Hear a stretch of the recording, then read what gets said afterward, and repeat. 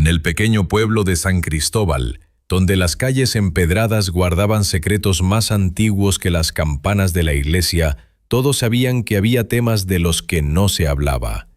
Era uno de esos lugares donde la gente nacía, vivía y moría, sin que aparentemente nada extraordinario sucediera. Pero había una historia que todos conocían y nadie mencionaba: el asesinato de Lucía Mendoza, una joven maestra de 28 años, cuyo único crimen había sido enamorarse del hombre equivocado. La noche en que apareció el video en las redes sociales, el periodista local Andrés Villarreal estaba terminando su turno en la pequeña estación de radio del pueblo. Eran las 11:30 cuando su teléfono vibró con una notificación. Al principio pensó que era otro de esos videos virales sin importancia, pero cuando vio las imágenes de las cámaras de seguridad, supo que algo fundamental estaba a punto de cambiar en San Cristóbal. En el video, una figura vestida de negro se movía con precisión militar a través del complejo más vigilado del pueblo, la mansión de don Aurelio Castañeda, el hombre que todos sabían que controlaba el narcotráfico en la región, pero que nadie se atrevía a denunciar. La figura evadía las cámaras con movimientos calculados, desactivaba sensores con una facilidad que sugería años de entrenamiento y desaparecía en las sombras como si nunca hubiera estado ahí. En esa noche, recordaría después Andrés, todo en el pueblo cambió. Clara Mendoza había regresado a San Cristóbal hacía 3 años, después de 12 años de servicio en las Fuerzas Armadas. Era una mujer de 32 años, con el cabello negro recogido en una cola de caballo perpetua y ojos color miel, que habían visto demasiado para su edad. Había servido como ingeniera militar especializada en desactivación de explosivos, participando en misiones de paz en zonas de conflicto donde un error de cálculo significaba la diferencia entre la vida y la muerte. El día de su demovilización permanecía grabado en su memoria con la claridad de una fotografía. Lucía la había esperado en la estación de autobuses con un cartel pintado a mano que decía «Mi hermana, mi heroína», decorado con corazones y estrellas dibujados con marcadores de colores. Era típico de Lucía, excesiva, emotiva, imposible de ignorar. «Clara», había gritado Lucía, corriendo hacia ella con los brazos abiertos, sin importarle que otros pasajeros tuvieran que esquivarla. Por fin en casa. El abrazo había durado tanto que Clara tuvo que recordarle, riendo, que necesitaban respirar. Lucía olía a vainilla y a ese perfume barato que compraba en el mercado, pero que insistía, era exactamente igual al de las tiendas caras. Era 5 años menor que Clara, pero siempre había sido la más expresiva de las dos, la que llenaba los silencios que Clara cultivaba. «Tengo tantas cosas que contarte», había dicho Lucía mientras cargaba con una de las maletas de Clara, ignorando sus protestas de que podía hacerlo sola. «El pueblo está igual de aburrido, pero ahora dan clases de yoga en el centro comunitario. Tienes que venir conmigo. Y hay un café nuevo en la plaza. Hacen un capuchino que...». Clara la escuchaba con una sonrisa, dejándose envolver por la normalidad de las preocupaciones de su hermana. Después de años desactivando bombas en el desierto, doyeando francotiradores y durmiendo con un ojo abierto, la idea de preocuparse por clases de yoga y cafés nuevos le parecía un lujo incomprensible y hermoso a la vez. Se instalaron en la casa familiar, la misma donde habían crecido después de que sus padres murieran en un accidente cuando Clara tenía 18 y Lucía 13. Clara había postergado sus propios planes para criar a su hermana, trabajando en lo que fuera hasta que Lucía terminó la preparatoria. Solo entonces se había enlistado, buscando una carrera que le diera estabilidad económica y la oportunidad de pagar la universidad de Lucía. «Nunca me perdonaré haberte dejado sola tanto tiempo», le dijo Clara esa primera noche mientras cenaban tamales que Lucía había comprado especialmente para su regreso. «No digas tonterías», respondió Lucía, apretándole la mano. «Gracias a ti pude estudiar, convertirme en maestra. Los niños me adoran, ¿sabes? Bueno, sobre todo porque les dejo dibujar en clase cuando terminan sus ejercicios. Durante los primeros meses, La vida transcurrió con una tranquilidad que Clara encontraba tanto reconfortante como inquietante. Se levantaba temprano por costumbre militar, preparaba café para ambas, y luego Lucía se iba a la escuela mientras Clara buscaba trabajo. No era fácil. Sus habilidades eran muy específicas y en un pueblo como San Cristóbal no había mucha demanda para alguien que sabía desarmar dispositivos explosivos improvisados. Finalmente consiguió trabajo en una ferretería donde su conocimiento técnico al menos servía para algo. El dueño, don Roberto, era un veterano de otra época que respetaba su servicio y no hacía preguntas innecesarias sobre las pesadillas que a veces la hacían llegar con ojeras profundas. Fue un jueves de septiembre cuando Lucía llegó a casa con una sonrisa que Clara no había visto antes. Era diferente a su alegría habitual. Había algo más profundo, más vulnerable en ella. «Conocí a alguien», anunció Lucía durante la cena, jugando nerviosamente con su tenedor. Clara levantó la vista de su plato. «¿Ah, sí? ¿Quién es?» «Se llama Ricardo Solís. Es empresario. Tiene varios negocios en la región». Algo en la forma en que Lucía evitaba su mirada hizo que las alarmas internas de Clara se activaran. 12 años en el ejército le habían enseñado a confiar en sus instintos, y sus instintos le decían que había algo que Lucía no le estaba contando. «¿Qué tipo de negocios?», preguntó Clara manteniendo su tono casual. «Importaciones, exportaciones, cosas así», respondió Lucía vagamente. «Es muy inteligente, Clara, y me trata como a una reina. Me envía flores a la escuela, me lleva a restaurantes elegantes en la ciudad».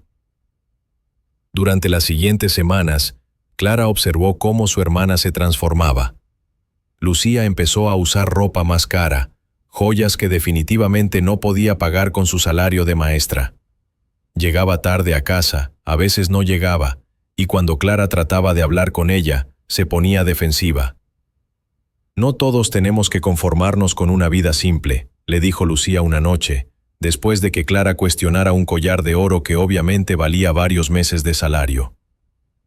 «Ricardo me quiere, me cuida. No puedes alegrarte por mí». Clara investigó.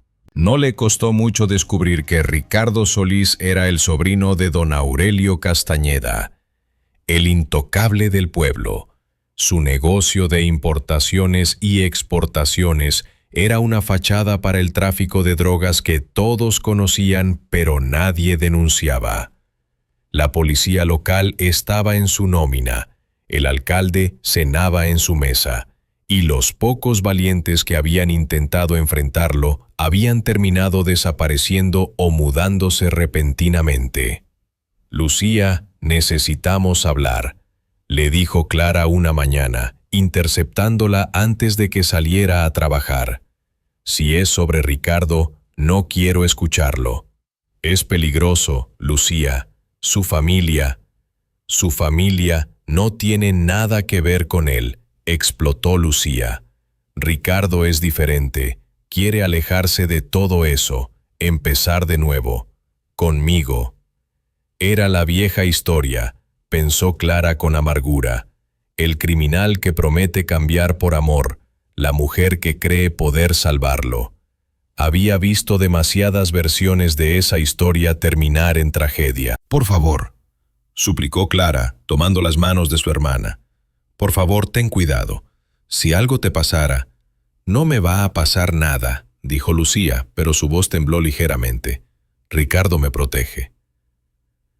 2 meses después, Lucía desapareció. Fue un martes. Lucía no llegó a la escuela, no contestó su teléfono, no volvió a casa. Clara fue a la policía, pero el oficial de turno apenas levantó la vista de su periódico. «Seguramente se fue con el novio», dijo con indiferencia. «Las muchachas de ahora son así».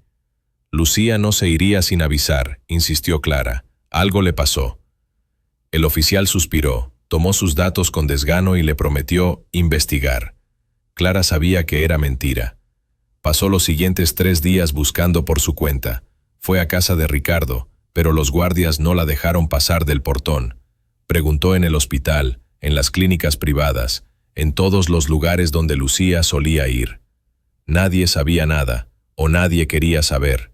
Al cuarto día, encontraron el cuerpo. Lucía estaba en una zanja a las afueras del pueblo, cubierto parcialmente con ramas y basura. Clara tuvo que identificarla, una experiencia que la perseguiría en sus pesadillas durante años. Lucía había sido torturada antes de morir. Los detalles eran tan horribles que el forense, un hombre que había visto de todo, tuvo que tomar un descanso a mitad de la autopsia. El funeral fue pequeño. Los padres de los niños que Lucía enseñaba vinieron a presentar sus respetos. Algunos colegas maestros, don Roberto de la ferretería. Ricardo Solís no apareció. Don Aurelio Castañeda envió una corona de flores con una tarjeta que decía: «Nuestras condolencias». Clara la arrojó a la basura. La investigación oficial fue una farsa. Determinaron que había sido un crimen pasional, sin especificar quién o por qué. No hubo arrestos, no hubo sospechosos, no hubo justicia. El caso se cerró en 2 semanas. «Es mejor así», le dijo el jefe de policía a Clara cuando fue a exigir respuestas. «Algunas cosas es mejor dejarlas estar, por el bien de todos». Clara entendió el mensaje. En San Cristóbal, la justicia tenía precio, y ese precio lo ponía don Aurelio Castañeda. Los meses siguientes fueron borrosos. Clara funcionaba en automático. Ir a trabajar, volver a casa, comer algo, dormir unas horas plagadas de pesadillas. La casa se sentía vacía, sin la risa de Lucía, sin su desorden creativo, sin el olor a vainilla de su perfume barato. La gente del pueblo la miraba con una mezcla de lástima y alivio. Lástima por su pérdida, alivio de que no hubiera sido su hermana, su hija, su esposa. Algunos susurraban cuando pasaba, otros desviaban la mirada. Era la hermana de la muchacha que se había metido con quien no debía, una advertencia andante de lo que pasaba cuando se cruzaban ciertas líneas. 6 meses después del asesinato, Clara desapareció. No fue dramático. Simplemente un día no abrió la ferretería, no contestó su teléfono, no estaba en su casa. Don Roberto fue a buscarla preocupado y encontró la casa vacía pero ordenada. No faltaba nada excepto Clara y algunas de sus pertenencias personales. «Se fue», les dijo don Roberto a los curiosos. «Supongo que ya no podía con los recuerdos». Era una explicación razonable. Muchos pensaron que Clara había vuelto al ejército o se había mudado a otra ciudad para empezar de nuevo. Algunos más dramáticos sugirieron que se había quitado la vida, incapaz de superar la pérdida de Lucía. Nadie sospechó la verdad. Clara había alquilado un pequeño departamento en el otro extremo del pueblo, usando documentos falsos que había aprendido a conseguir durante sus años en inteligencia militar. Desde su ventana podía ver la mansión de don Aurelio Castañeda, observar los movimientos de sus guardias, memorizar sus rutinas. Pasó meses estudiando cada cámara de seguridad, cada sensor de movimiento, cada perro guardián. Anotaba los horarios de los cambios de guardia, las rutas de las patrullas, los puntos ciegos del sistema de vigilancia. Era como estar de vuelta en el ejército, planificando una operación en territorio enemigo, excepto que esta vez el enemigo había matado a su hermana.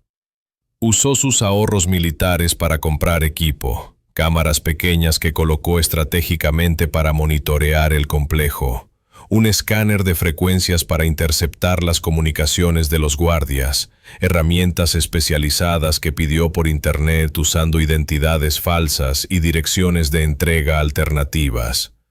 Durante el día trabajaba en pequeños empleos temporales para no llamar la atención, limpieza en oficinas, trabajo en almacenes, cualquier cosa que le permitiera pasar desapercibida.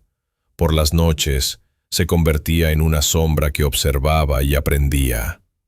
Descubrió que don Aurelio era un hombre de costumbres.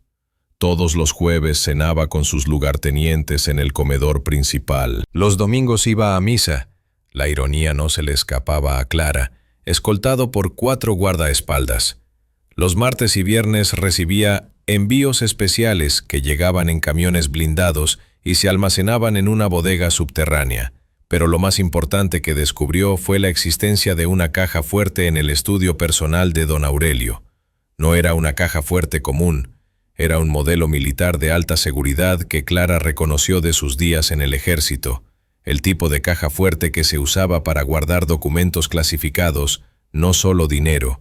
Clara sabía que ahí estaba la clave, no el dinero, que para don Aurelio era reemplazable, sino la información. En el mundo del narcotráfico, la información era poder. ¿Quién debía qué? ¿Quién había traicionado a quién? ¿Qué políticos estaban en la nómina? ¿Qué policías recibían sobornos? Esa información, en las manos correctas, podría destruir todo el imperio de Castañeda. Comenzó a prepararse físicamente. Todas las mañanas corría 10 kilómetros. Hacía ejercicios de fuerza, practicaba movimientos de combate que había aprendido en el ejército, pero sobre todo practicaba el sigilo. Se movía por su pequeño departamento en completa oscuridad, memorizando cada obstáculo, entrenando su cuerpo para moverse sin hacer ruido. También hizo contactos. A través de antiguos compañeros militares, encontró personas que podían ayudarla. Un hacker que le enseñó a manipular sistemas de seguridad electrónicos. Un ex ladrón que le mostró cómo abrir cerraduras complejas sin dejar rastro.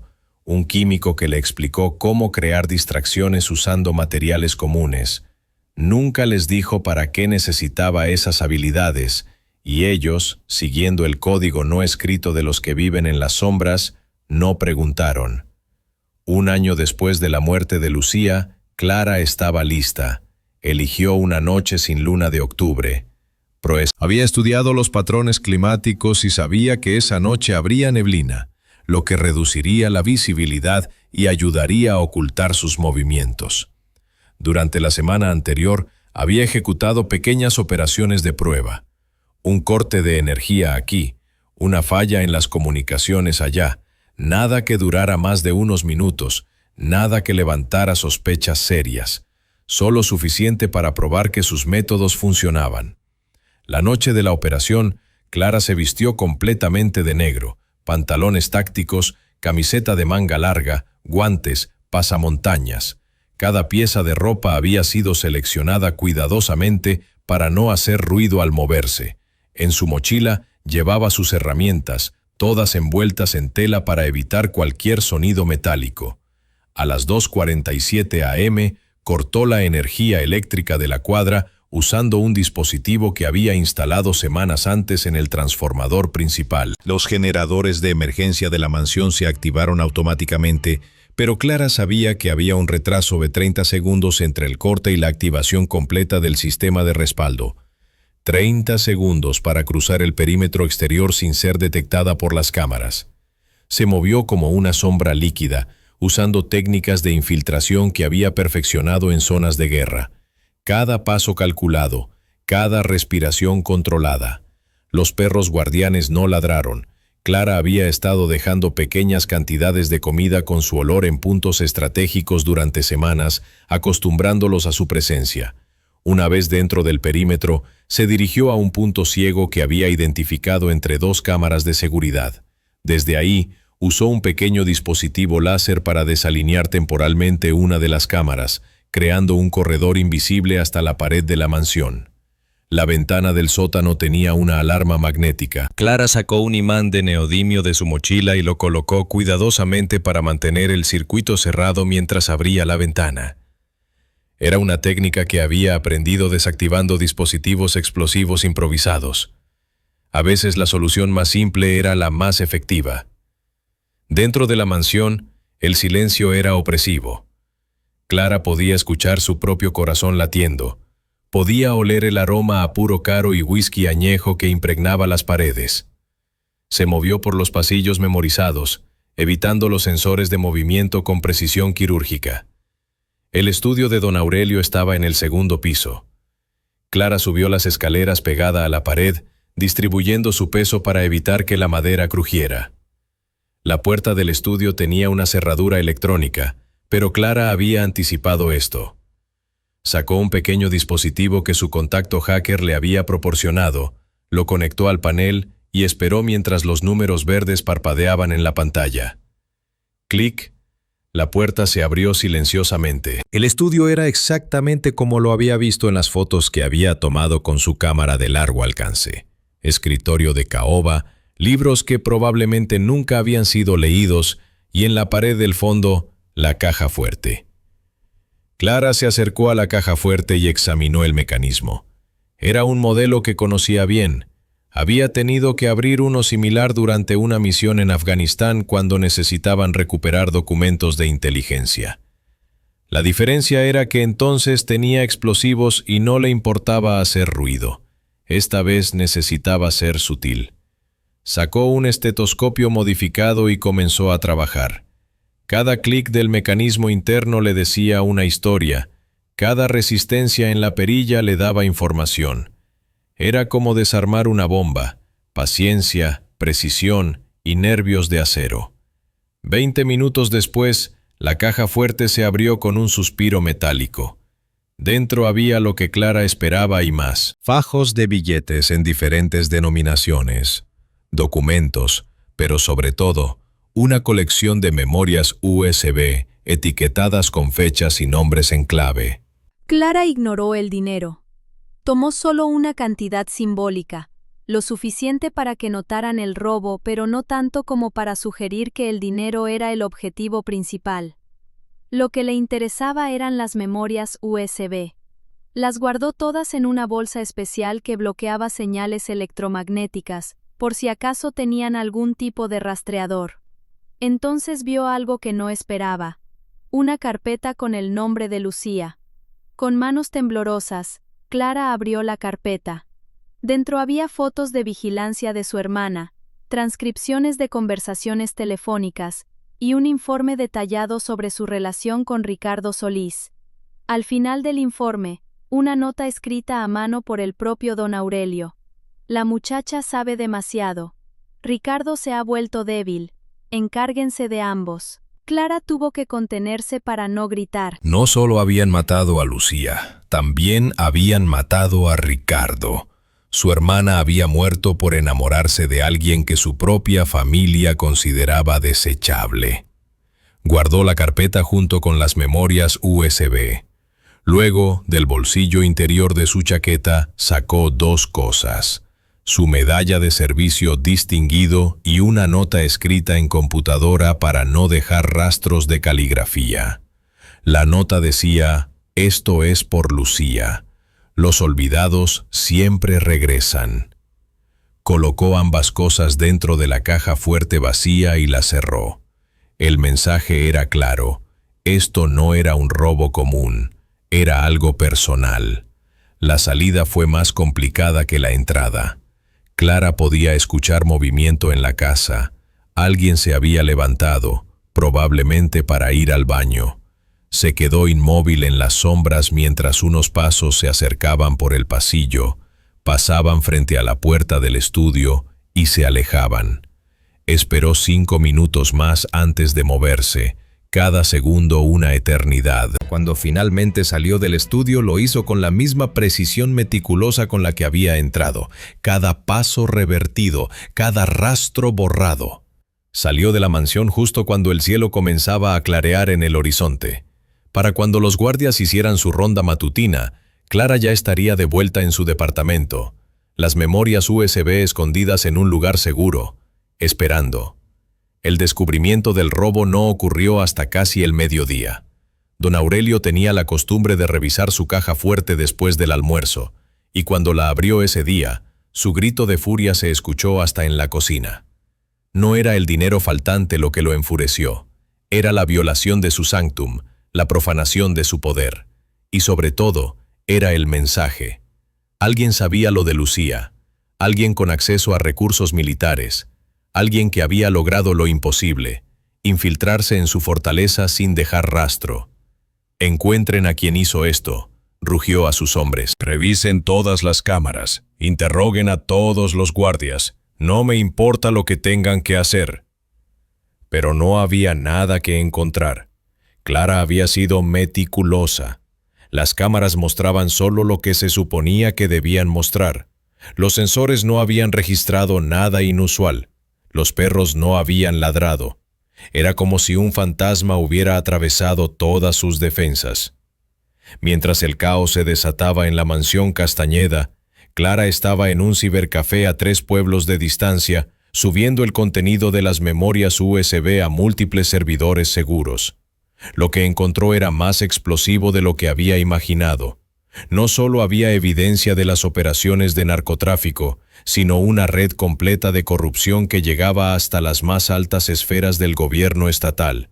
Grabaciones de conversaciones con políticos, videos de entregas de sobornos, documentos que detallaban asesinatos ordenados y ejecutados, incluido el de Lucía. Clara creó paquetes de información cuidadosamente organizados, uno para la prensa nacional, otro para la DEA, otro para la Procuraduría General de la República. Cada paquete contenía suficiente información para iniciar investigaciones, pero no tanto como para que pudieran enterrarlo todo. El primer paquete llegó a las oficinas del periódico nacional más importante del país a las 3 p.m. Para las 6 p.m., la noticia estaba en todos los noticieros. Escándalo de corrupción sacude al Estado. Evidencia liga a importante empresario con red de narcotráfico y asesinatos. El segundo paquete llegó a la DEA esa misma noche. Para la mañana siguiente, agentes federales estaban en camino a San Cristóbal. El tercero llegó a la Procuraduría, donde curiosamente encontró fiscales que no estaban en la nómina de don Aurelio y que llevaban años esperando evidencia sólida para actuar. En cuestión de días, el imperio de don Aurelio Castañeda comenzó a derrumbarse como un castillo de naipes. Las redadas se sucedieron una tras otra. Cuentas bancarias fueron congeladas, propiedades embargadas, políticos arrestados en cadena nacional. Don Aurelio intentó huir, pero fue capturado en el aeropuerto privado donde pensaba tomar un vuelo a Sudamérica.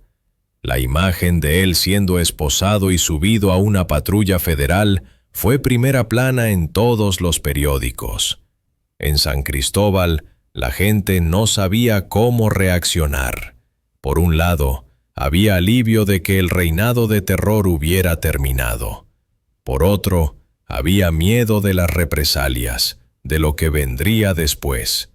Pero sobre todo, había curiosidad sobre quién había logrado lo que nadie había podido en décadas. Las teorías abundaban. Algunos decían que había sido un cartel rival, otros que el gobierno federal finalmente había decidido actuar. Pero Andrés Villarreal, el periodista local, tenía otra teoría. Había notado la medalla militar en la caja fuerte, había investigado sobre Lucía Mendoza y su hermana veterana. Había conectado los puntos, pero había decidido no publicar sus conclusiones. Algunas historias, pensaba, eran mejor dejarlas en el misterio. 6 meses después, en el aniversario de la muerte de Lucía, alguien dejó flores frescas en su tumba.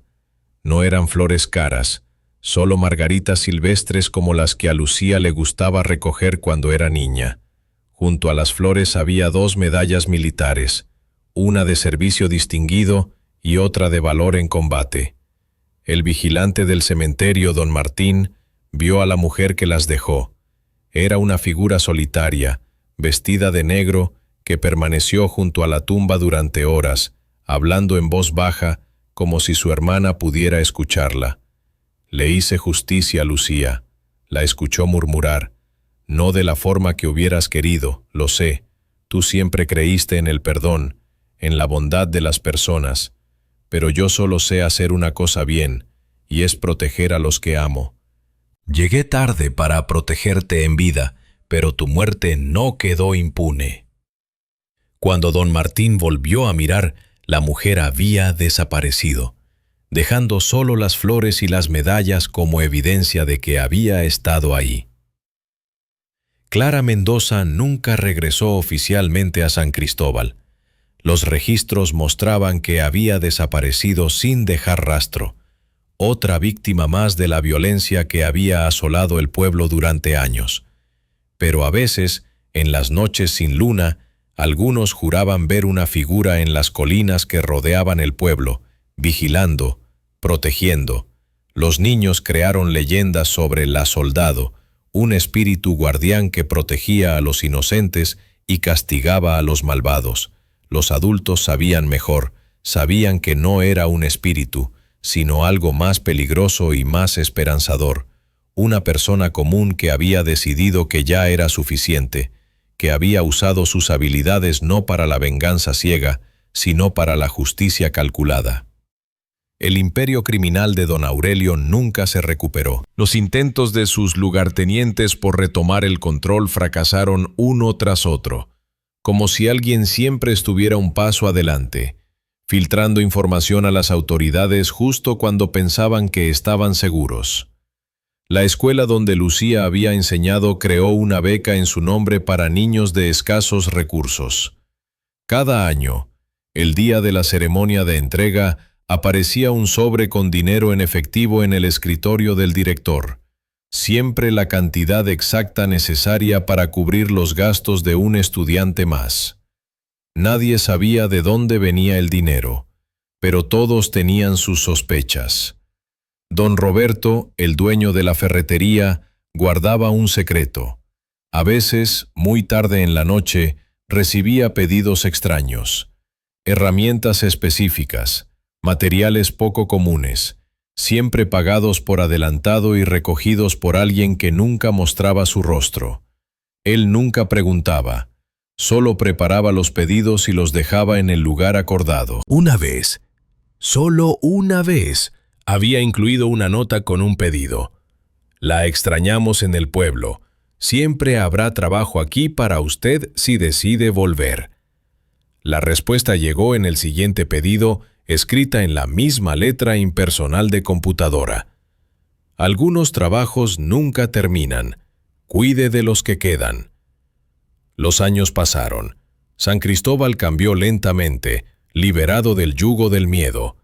Nuevos negocios abrieron, familias que habían huido regresaron.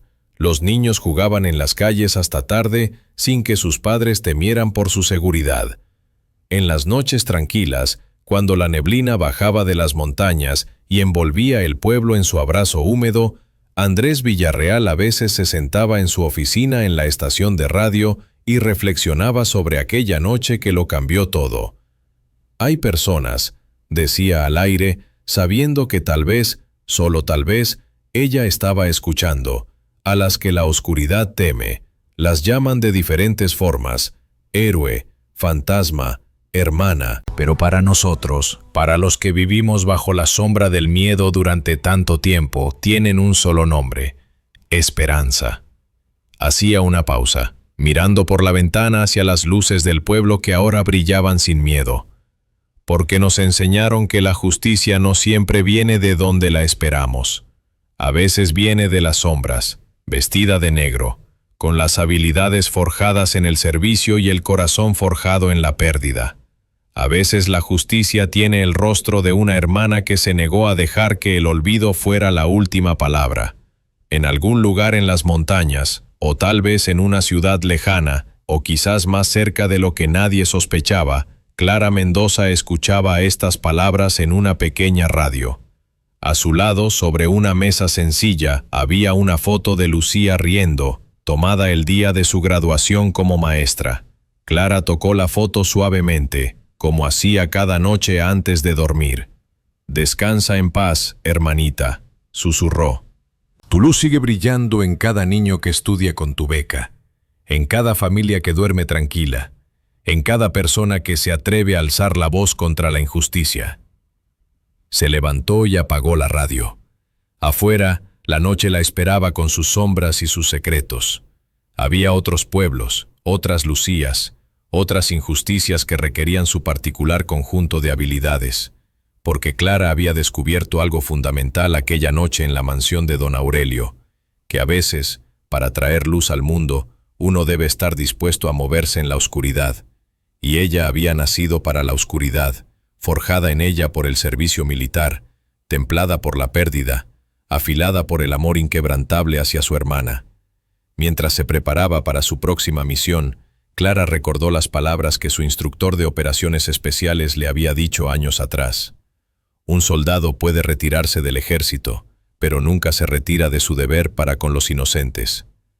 Lucía había sido inocente. Las próximas víctimas que Clara protegería también lo serían, y mientras hubiera personas como don Aurelio en el mundo, habría necesidad de personas como Clara, los guardianes invisibles, los protectores sin rostro, los que traían justicia desde las sombras.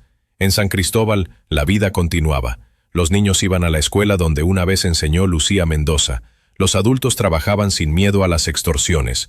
Los ancianos se sentaban en la plaza a contar historias de los viejos tiempos, cuando el mal parecía invencible hasta que alguien demostró que no lo era.